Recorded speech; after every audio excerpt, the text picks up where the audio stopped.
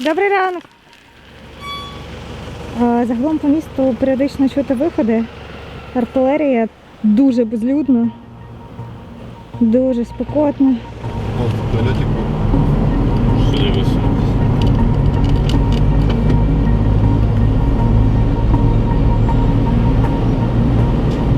Напис на одному з будинків в передмісті Суджі. І справді все, що відбувається зараз на території Курської області Росії, дуже слабко нагадує бойові дії, які ми звикли бачити, наприклад, в Донецькій, Луганській, Запорізькій, Херсонській областях, тому що тут принаймні в зоні кордону, тобто від українського державного кордону до російського міста Суджа і трохи далі, немає як такої сухопутної війни, відбувається дозачистка деяких населених пунктів. На Москву как ехать? Доброго дня. А скажите, пожалуйста, куда нам на Белгород? На Белгород нам куда нужно На выехать? Белгород. Если ваши, извините, дороги контролируются, вот сейчас сюда, на кольцо, На кольцо. направо, на кольцо и Опять? опять направо. Хорошо, спасибо вам большое. Пожалуйста. Всего вам хорошего, парня.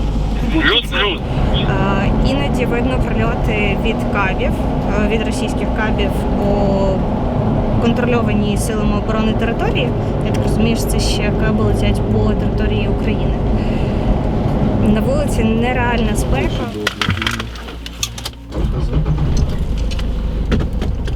Нормально, военные нас не обижают.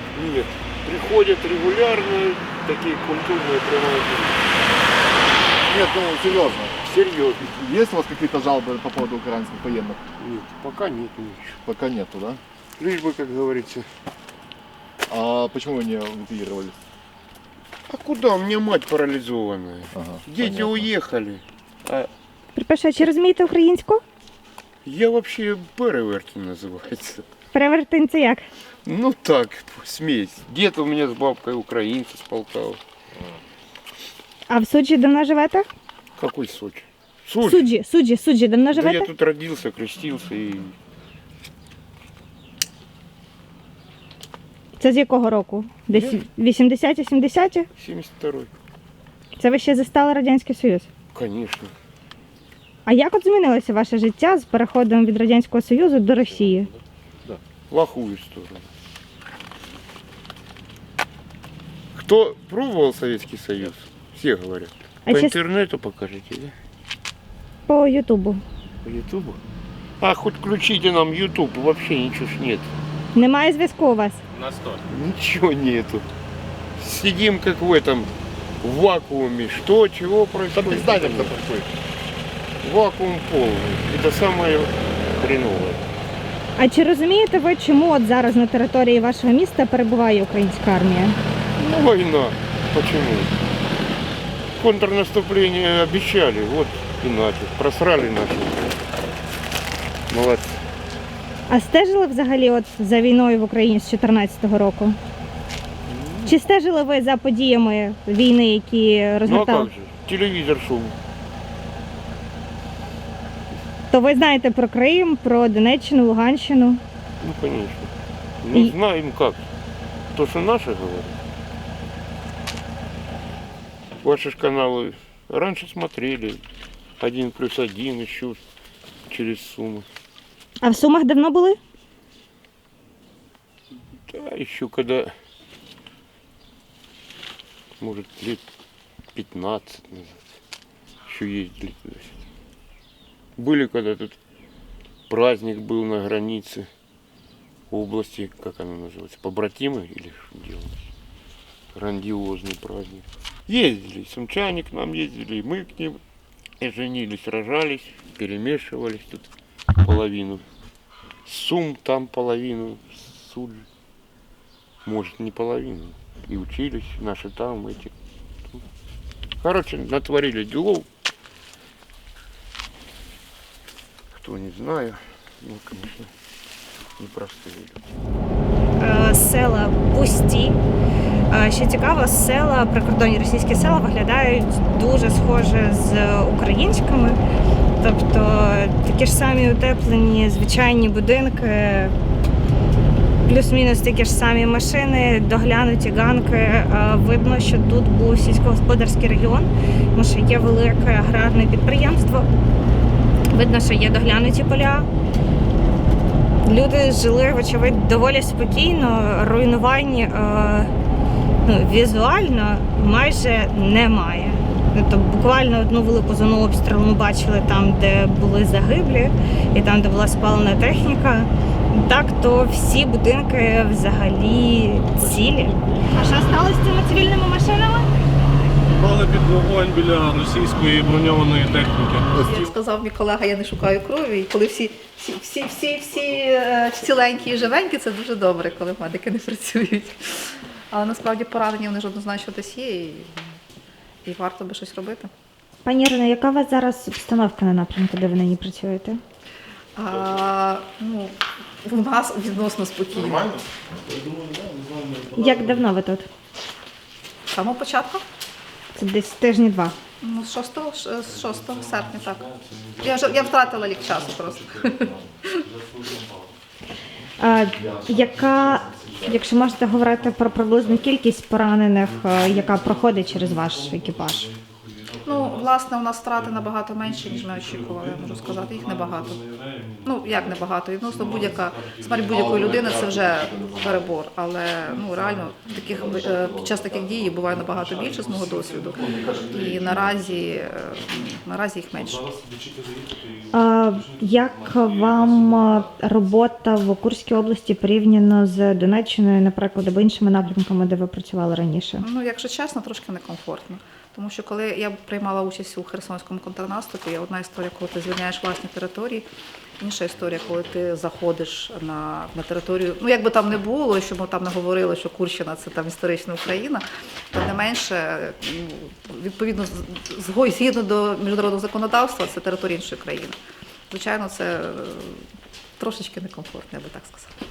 А як ви для себе пояснюєте свою присутність тут? Тобто, чому, на вашу думку, сили оборони це роблять? Я, насправді, на жаль, не знаю всіх стратегічних задач, які ставилися про цю операцію, але підозрюю, що, очевидно, це в певному сенсі зупинка наступів, перебиття каналів постачання, і це, насправді, досить важливо, і це потрібно.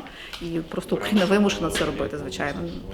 І просто для того, щоб захопити землю, я думаю, це не робиться однозначно, тому що вони нам просто не потрібні. Кухар, я сила. Зашківся, дай жовтий, я сила.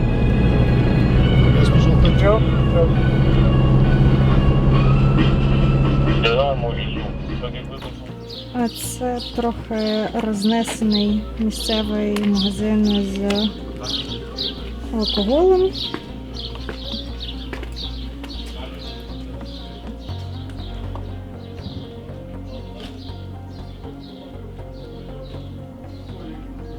Тобто люди, які жили впродовж понад 2 років повномасштабної війни на кордоні з Україною, а також впродовж 10 років війни на Сході, вони її тут не відчували. У них було все світло, вода, звичайне, спокійне, мирне життя, якого в Україні немає з 2014 року.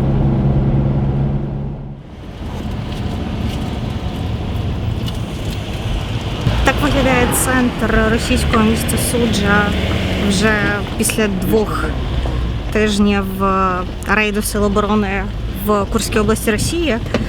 Центр, як розказують військові, це взагалі єдина побита частина міста. Тут розтрощено кілька будівель, знов-таки, як кажуть військові, тут росіяни тримали оборону. Відповідно, тому в ході боїв ці будівлі і були розбиті. Потрощені кілька магазинів, спалені кілька адміністративних будівель, лікарні. Якось так. Любим, защитим, но не всех.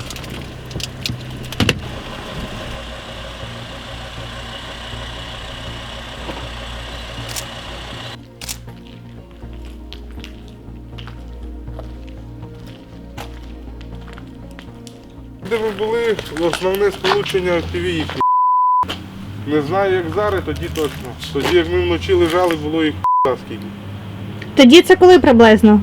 Днів 2-3 назад.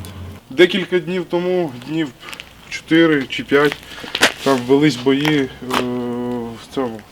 В районі ЖД вокзалу, там десь були вони заховані, так само в бункері якомусь чи в підвалі, звідти їх вибивали. Станом на зараз, чи воно зачищене, я вам не можу сказати. А ви, коли ми приїжджали в цю велику білу будівлю, розказували, що це лікарня, так? Так. Де росіяни тримали оборону? Це лікарня, да, і внутрішні війська, і ці. Поліція, хто там в них є, не знаю. Зайняли оборону, тримали тут оборону. Через те воно так і постраждало. А наскільки взагалі суджа побита або ціла? Я вам скажу так, що взагалі перші дні, коли ми тут були, вона була набагато ціліша, ніж зараз. Зараз в силу атаки дронів противника і так самих мінометних, артилерійських обстрілів вона значно більше страждає. Місцеві жителі самі, навіть коли ти з ними спілкуєшся, вони говорять, що їм там пацани показують відоси, дивіться, що відбувається з нашими містами, коли ваші війська наступають на нас. І порівняйте, що зараз у вас в суді. Вони всі говорять, що нас ніхто не ображає, ви не задіюєте ніяких сил проти цивільного населення і так далі. А дивлячись відео, які показують наші хлопці, що у нас з містами робиться, вони шоковані цим. Вони ніколи цього не бачили і не вірять, що їхня армія на таке здатна. А вони взагалі, от місцеві, з якими ви спілкувалися, вони говорили, що вони знали про те, що на території України їхня армія веде велику війну? Взагалі так. Взагалі вони кажуть переважно, що вони знають це все, СВО і так далі, але не цікавляться, їм не цікаво. Вони кажуть, що вони не підтримують взагалі війну, війна їх не інтересує. Вони хочуть спокійно подоживати. Це переважно люди похилого віку. Вони зацікавлені дожити спокійно старість і щоб ніхто не помирав і так далі. Хто знає, чи варто їм вірити, але переважно всі вони розказують так. А ви як на це реагуєте? На що саме? На такі слова? Не знаю, я вам скажу, що довіряти мало кому можна в наш час, і тим паче їм. Люди наче безобідні, вони нічого такого поганого не говорять, стараються навіть на українській мові з нами вітатися. Де є такі, що навіть спілкуються гарно українською мовою. І є, що їздили в Суми дуже часто, бо в них там родичі, близькі живуть в Сумах, відповідно рідні. І вони кажуть, що дружать з Україною, що завжди підтримують, просто не мають змоги десь висловити свою позицію, сказати щось на рахунок влади і так далі, тому що це жорстко контролюється в них і за це вони несуть дуже серйозну відповідальність. Чи маєте ви якесь співчуття до російських цивільних, які нині опинилися в зоні бойових дій? Я вам скажу з своєї точки зору, до цивільних людей взагалі співчуття є, байдуже чи вони російські чи ні. Звісно, вони в нас наробили дуже багато горя і біди, ми всі це прекрасно знаємо. І те, що тут ведеться війна, те, що тут ведуться бойові дії, це їхній вибір тут лишитись, вони знають, що таке бойові дії, вже самі відчули на власному досвіді, так скажемо. В них був вибір залишити або територію Росії, тобто територію бойових дій і поїхати в Росію, або навіть, наскільки я знаю, евакуаційні заходи проходили з боку України, українці так само пробували вивезти їх, запропонували, а в силу того, що вони відмовились, налаштували їм постачу продуктів, води, всього необхідного для життя, медзасобів і так далі, і вони сидять далі тут. Не знаю, наскільки я знаю, наскільки я спілкувався, і вони мені розповідали, в них є один підвал, де там їх в районі 40 людей живе в підвалі. Час від часу вони виходили раніше мародерити собі їду. Це перші дні, а зараз вже, наскільки я знаю, вони співпрацюють з нашими військовими, хлопці завозять їм воду, їжу, все необхідне. Обстановку в місті насправді складно назвати спокійною, тому що за ті кілька хвилин, які ми тут перебуваємо, вже було кілька свіжих прильотів, над ними піднімаються стовпи диму.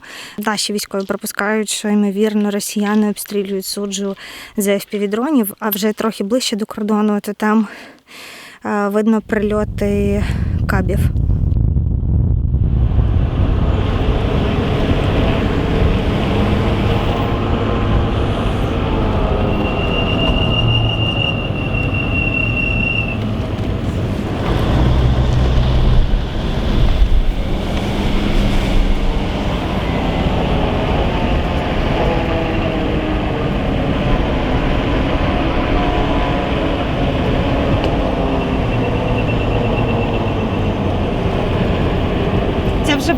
на Курськ? Так, це вже виїзд на Курськ. Приїжджали Бачиш, сюди знак працювати. Курськ.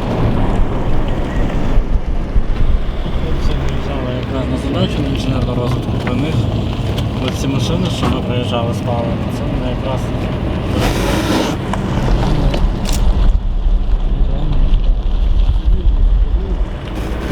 Були їздили на акції. Оця машина поставила. Ви точно в цьому впевнені, що це російське FPV вдарило по російській цивільній? Ми точно впевнені, що в машині були російські цивільні. І те, що дрон був не наш, 100%.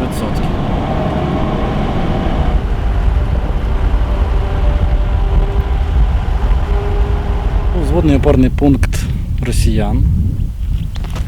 От можете спостерігати. Він був облаштований на висоті. Знизу був прокопаний протитанковий рів, влаштовані протитанкові невибухові загородження зуби дракона, так звані. Наші інженери попрацювали тут. В принципі, як книжка пише. Установка розмінування УР-77 проробили прохід. І інженерні машини розгороджень засипали протитанковий рів і розгородили ці зуби дракона, що дало можливість техніці просуватися тут. Ну, тут було не саме легке просування, тому що великий кут, але це було реально. А скільки часу треба для того, щоб з такої лінії оборони зробити дірку і піднятися сюди? Тобто скільки часу інженерам треба, щоб розгородити це? Все залежить від ситуації на полі бою. Тобто, який був вогневий опір противника. Відповідно, якщо його не було, все працювало, вся техніка сюди доїхала декілька годин, а можливо і до години. А відповідно, коли це все є вогневе враження противника, ми не можемо спокійно працювати, це може зайнятися операція і години, і навіть і дні.